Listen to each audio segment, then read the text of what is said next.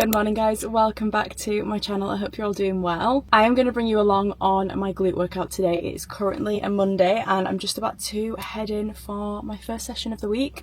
Glutes is just always my first session of the week. It just has been for as long as I can remember. I just feel like it sets my week up perfectly, and also I don't actually really enjoy the session, so to get it over and done with at the start of the week is like the best thing, knowing that I've ticked that off on a Monday. But I have brought my mic, so I thought that I would do a little bit of a mic'd up video today if the gym is not like too busy, because then I get a bit scared. I might mix it between like a voiceover and a bit of mic'd up, but let me know which you guys prefer, because I know that sometimes the mic'd up can be a little bit hard to hear in a gym anyway, because obviously the music's really loud. So if you do prefer a voiceover, then just let me know for future reference. So yeah, we're gonna go in. I'm gonna just basically tell you guys the workout that I'm doing, why I do it, and the sort of way that I structure it so that it is most beneficial for growth in my opinion, and the way that I've structured my workouts in order to see the most growth in myself personally. I have been on my fitness journey now for like 7 or 8 years, and this is what my glutes looked like before, and then this is what they look like now. And I feel like this is just the training and the workouts that have gotten me the results that I've got now, obviously alongside a lot of other things like your diet and things like that. But in terms of training, this is the style that has worked for me over the years, and I'm not telling you guys that you have to do this exact whatever I'm saying. I'm just sharing what I'm doing, and you know, you can give it a go if you want to, and I'm sure that you will see growth from doing this. But yeah, I'm not going to make this intro too long. I'm just going to get straight into the workout and, you know, say what I need to say during the workout, and then if I want to say anything else afterwards, I'll speak to you guys after the workout. Starting with the warm-up for the workout, we are doing a dynamic warm-up. So this means that we are just staying in motion the entire time. This is the best to do before your workout, and then post-workout you want to do static stretches. I just like to do leg swings and then some hinge movements just to open up the hips and get the body warm and ready for exercise.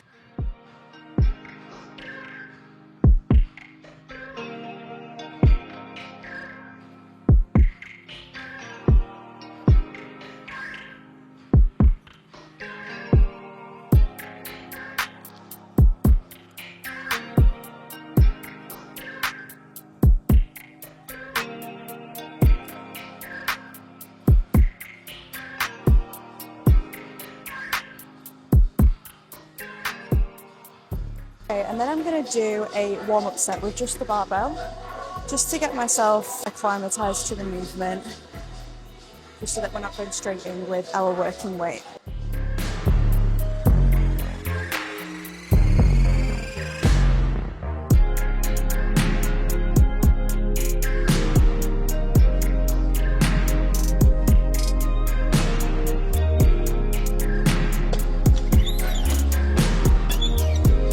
And all I'm going to do is I'm just going to do around 3 to 4 reps with this.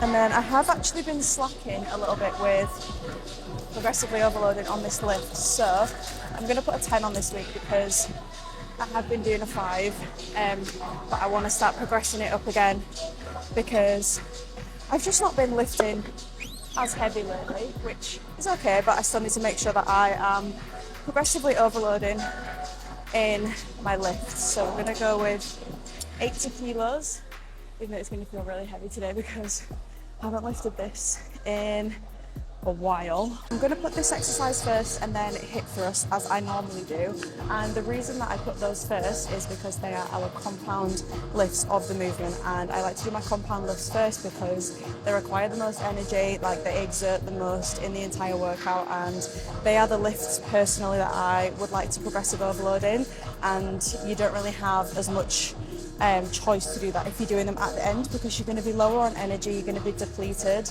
So if it is a lift that you are wanting to progress in, make sure you're doing them at the start of your workout when you have the most energy.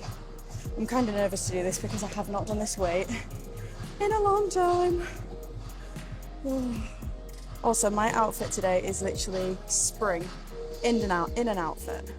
I'm bringing all the spring vibes because it's cloudy today, but It is now March, so you know, spring is in full swing in my eyes. And I actually just use these Versa grips. I prefer to use Versa grips over straps. I just find them way more like supportive and comfortable on my hands. And I know that this is kind of controversial, but I do an overhand and an underhand grip. Some people say that you're meant to just do over or just do under, but I just personally I can grip the bar more when I do over and under, and I feel like I can lift heavier, and I feel like the mind to muscle connection within my glutes is the best as well. And bring it up. Oh, it feels heavy. We're gonna go down just below the knee, hinging at the hips, and back up.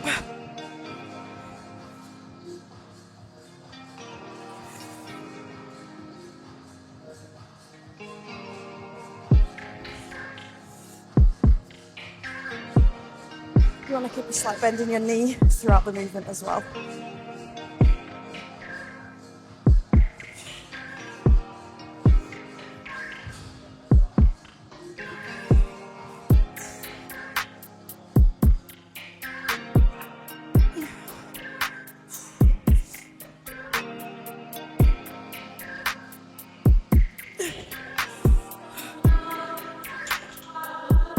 Okay, that felt heavy.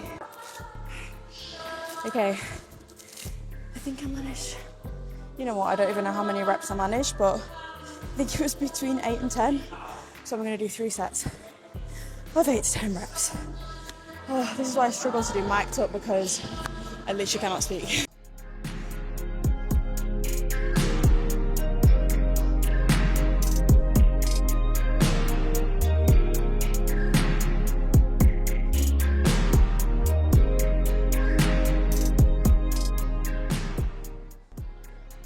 Okay, I'm just about to go on to my last set, and I thought that I would just give you some form pointers, because I know that a lot of people struggle with RDLs and hitting their glutes. This for me is mainly like my glute exercise, however you can like change it to target your hamstrings more as well. But the main thing that tip that I would give you to target your glutes more is to have a bend in your knee. You can't really see it in these pants, but slight bend in your knee, and then you want to hinge at your hips throughout the entire movement. I think the more that you stay upright and you're not sort of leaning your body over, the more that you are going to connect with your hamstrings, and then the more straight leg you make the movement. So if you're going down with completely straight legs, you are then going to connect with your hamstrings more. And the other main thing would be to just take it nice and slow and controlled. I feel like that is really obvious, but it is really, really important in getting that mind to muscle connection in your glutes. And then also I like to keep my chin and my head tucked into my chest when I'm going down and coming back up. And I'm not like flinging the weight up or anything. When you're coming up, you're not doing it like this and bringing your head up. You're just going to sort of lose the flow of the movement doing that. So you just want to keep it nice and strict. And then I only bring the barbell just below my knees as well. The further you go down, the more you're going to connect in your hamstring. So I like to just go to just below my knee and then bring it back up, and I keep the barbell as close as possible to my legs. As you'll be able to see during the movement, it basically is scraping my legs and touching my legs throughout the entire exercise, throughout all the reps.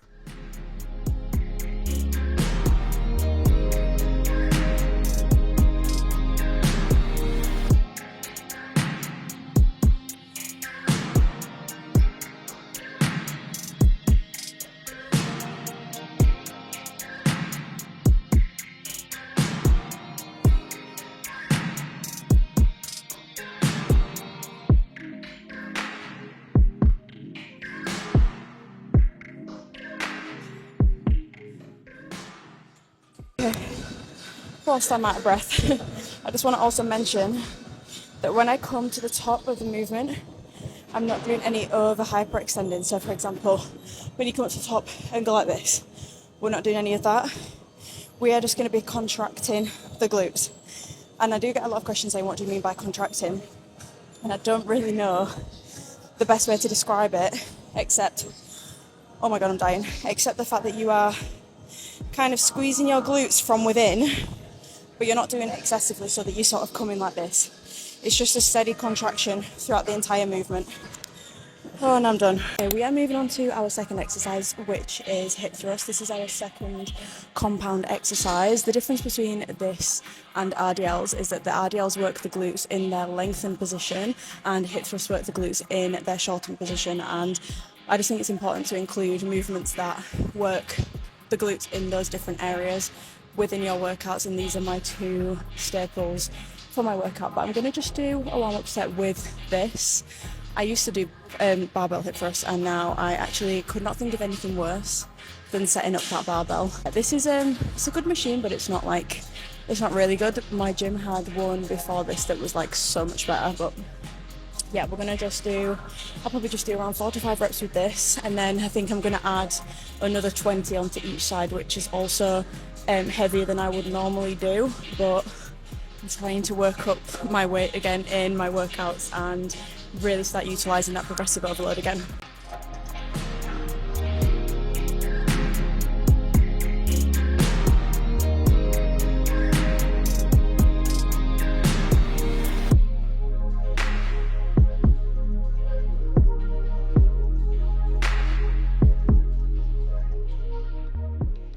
I just want to give you a few form pointers before I go into my set. I feel like it's a little bit harder to give you form pointers on this machine. It's probably better for barbell, but I mean these form pointers go for like any type of variation of hip thrust.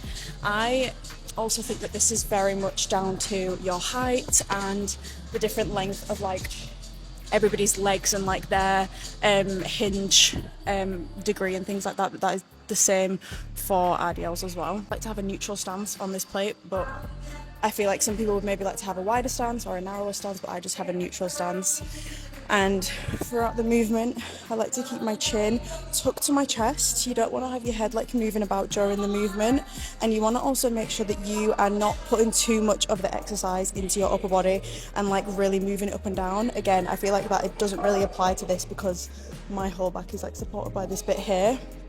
But if you're doing it free weight, like with barbells or Smith machine, you want to make sure that you're not doing too much of the movement with your upper body, and you are keeping most of the tension in your legs and your glutes, and you are basically bringing the barbell up with your glutes essentially, and as little as your upper body as possible. Let's just get into our first set. I'm going to do 3 sets of, I think, 8 to 10 reps again.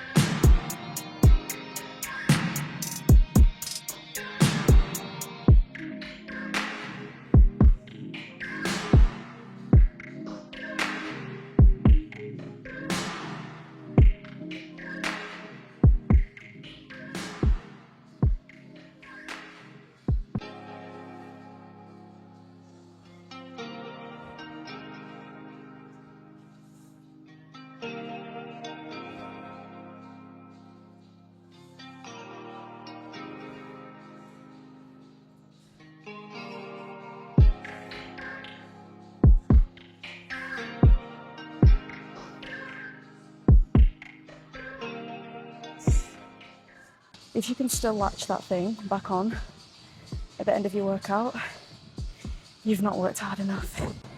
Okay, I did 8 reps, and I think I'm just going to stick to the 8 reps. Try and do 8 for my last 2 sets. I feel the burn in my glutes already.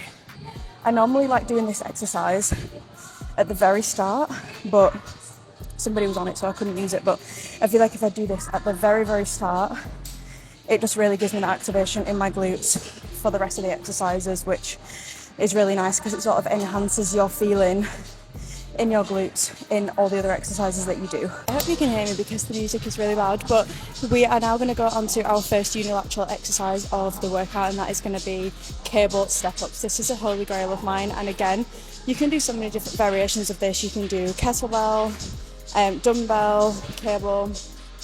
There's just so many different ones that you can do, but I've been loving the cable at the moment. But I'm going to put it on, I actually think that weight is fine, a pretty light weight because this will probably humble you. But I make sure that I put a D handle on the cable, just one that looks like this, and I grab a bench. This is like the perfect height for me, but again, if you are like taller, maybe just try and grab like a bigger box.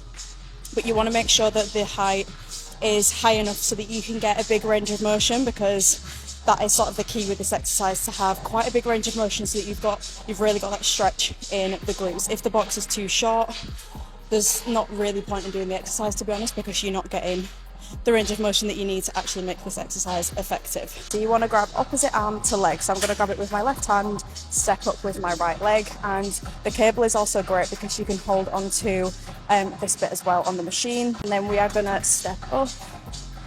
And again, with this exercise, you want to make sure you are hinging over. So as you can see, I've just leaned my body forward. You're going to put that left foot behind, and you are going to come down. Okay, this bench is too close to the cables.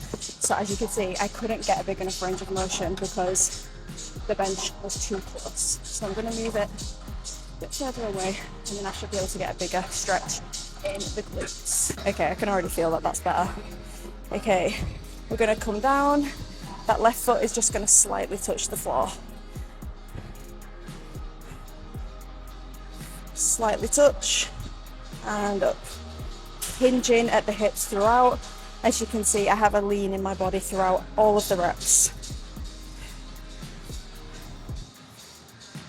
And up. And the supporting leg that's on the bench, you want to keep that slightly bent the entire time. And the one that's going down to the floor, just very slightly tap it. You don't want to give yourself too much support because all the effort wants to come from this glute on the bench. And up. Oh, the burn is crazy. Okay, one more.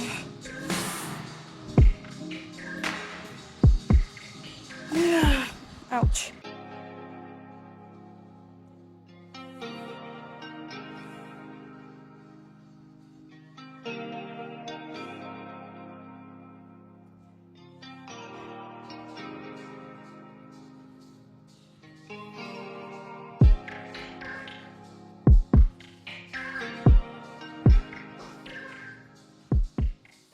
When you get the form right on that, the glutes absolutely kill. Oh, and I'm going to do 3 sets of 8 reps. The second unilateral movement we're going to go into is cable kickbacks, and I'd normally only do 1 unilateral movement in my workouts, but I decided to do 2 today. And this workout for me is normally glutes and hamstrings, but for the sake of this YouTube video, I want to create like a solely glute focused workout for you guys, because I just know the girlies love the glute workout. So this is going to be like mainly glute focused with very, very minimal hamstring work.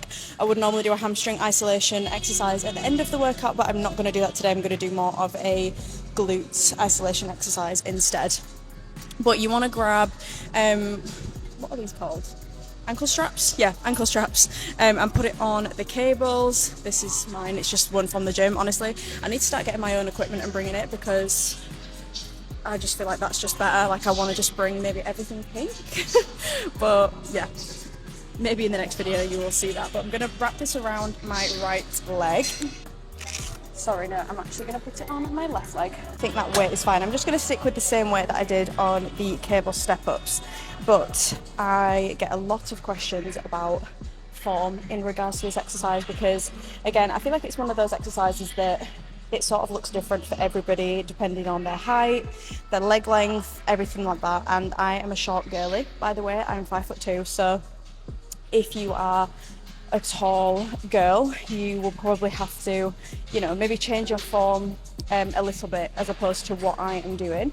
But we're going to stand on our right leg. That is going to be our supporting leg, and I'm going to hinge at the hips. As you can see, I'm leant forward, and again, the good thing about the cables is you can grab onto this so that all the focus is on your legs rather than your arms as well. And we are going to bring the left leg in and kick it back nice and controlled. You don't want to just be like flinging it back, you want to make sure that you have some sort of control. I personally find that leaning quite far forward is what helps me connect with my glutes. However, some people do like standing upright like this. Again, I think it's definitely personal preference with this exercise. And again, we're keeping this supporting leg bent throughout the entire movement, just slightly. And I'm only coming up to around 90 degrees. I'm not bringing it up any higher. The aim is not to kick your leg as high as possible. It's to kick it far back so that you really still feel it in your glutes.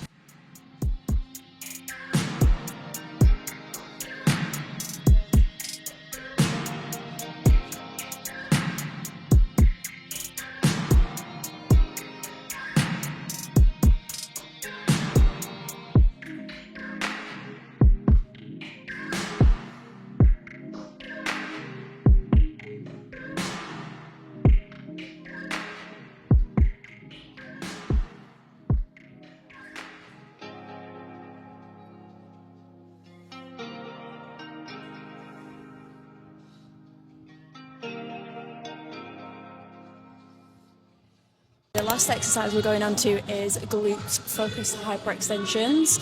And again, this is an exercise where you can target your hamstrings if you want to, but I'm going to be personally wanting to target my glutes, obviously. I'm going to use a 10 kg plate, and this hyperextension machine is okay, but I feel like it could be a lot better. I feel like I could get a bigger range of motion. There was one at my old gym where like you can really stretch forward and get a really good connection in your glutes, and some of them they actually are like a 90-degree thing. Like they're all set up kind of differently, so I feel like they're all going to be a little bit different. There is actually another one in the end room in this gym, but I can't be bothered going over there, so I'm just going to use this one. And basically the way that I connect with my glutes mostly in this exercise is by rounding my upper back, which sounds like kind of wrong, and it also feels kind of wrong because normally, you know, you're not rounding your upper back, but I will show you when I do it. But the straighter your back is, the more that you are going to work your lower back, which you can easily do in this exercise. And I get a lot of questions on how to do this exercise, how to utilize your glutes and not feel your back in this exercise. And I think it's a little inevitable to feel your lower back in this exercise. I feel like most people will feel their back maybe just a little bit, but it's more just about feeling it in your glutes over your back mostly. So let me show you. So you're going to grab the plate and hold it to your chest,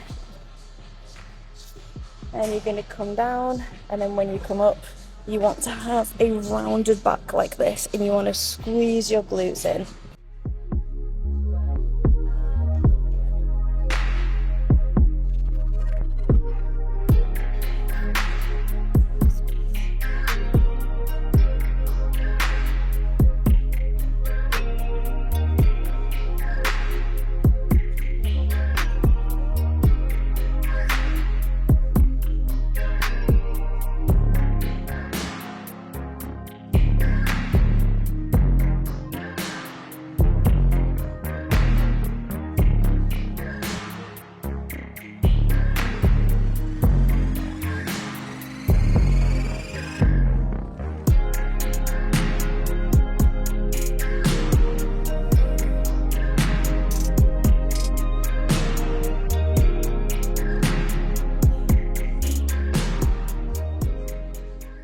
I think as well with this you can take like different seat positions with this. So I have mine in a little bit of like a turnout position, or you can have them just like straight in, but to feel it the most in my glutes personally I just have my feet on a little bit of a turnout, a little bit of like a sumo stance. Workout is complete, guys. That was actually such a good workout, and I hope that you enjoyed the little mic'd up bit, me taking you along. I hope that it was helpful. I know it's obviously different to a voiceover because it's actually like in the moment, so I hope that you enjoyed. Here is the glute pump that we have acquired today.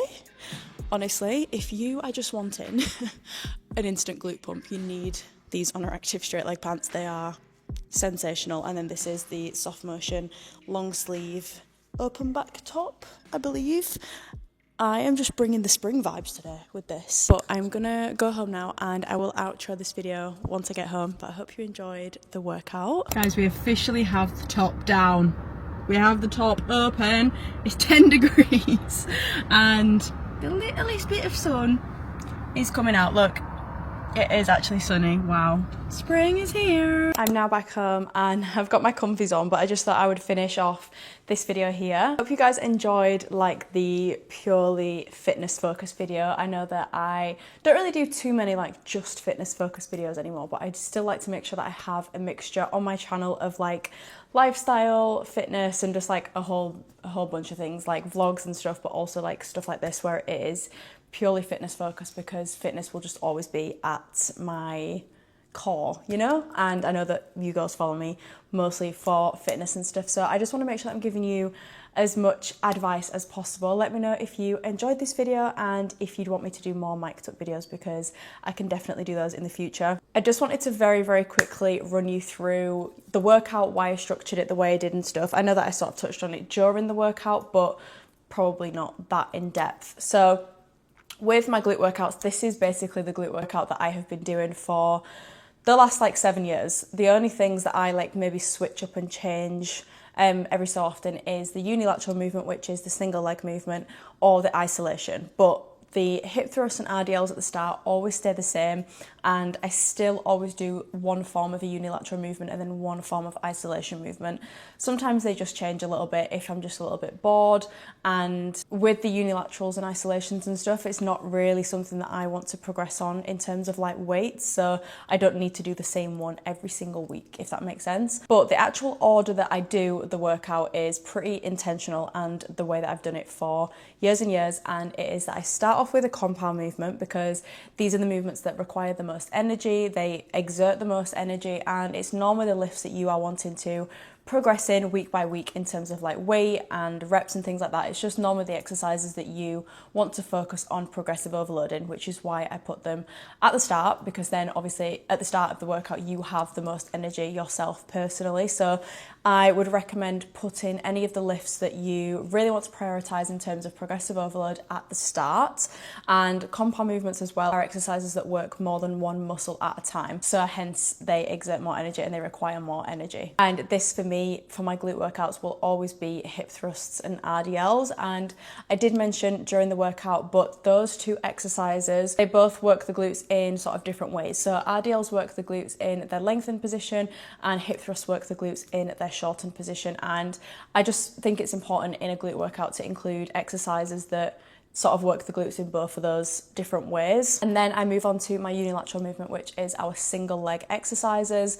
There are so many different single leg exercises for you guys to choose from. The two that I did today were just the ones that I chose, but you could do lunges, you can do split squats, you can do so many different things. And today I actually did 2 unilateral movements. I normally only do 1 and then maybe 2 isolations, but I just decided to do 2 unilateral movements today because the 2 that I did do are the ones that I mostly get asked questions about in terms of like form and stuff. So I really wanted to just try and help you as much as possible where I could there with the step ups and the kickbacks, because I know that those 2 exercises are a bit of a struggle point for a lot of people. So hopefully that helped you in terms of that. And unilateral movements are amazing for reducing and, you know, preventing any imbalances within your body, which is also really important because I think maybe if you didn't prioritize these at the start of your fitness journey and all you prioritized was non-unilateral movements, you may notice that you have some imbalances in areas of your body that you didn't even know you had. Whether that be in your physical appearance or strength-wise, you might notice that you have some imbalances. So if you do,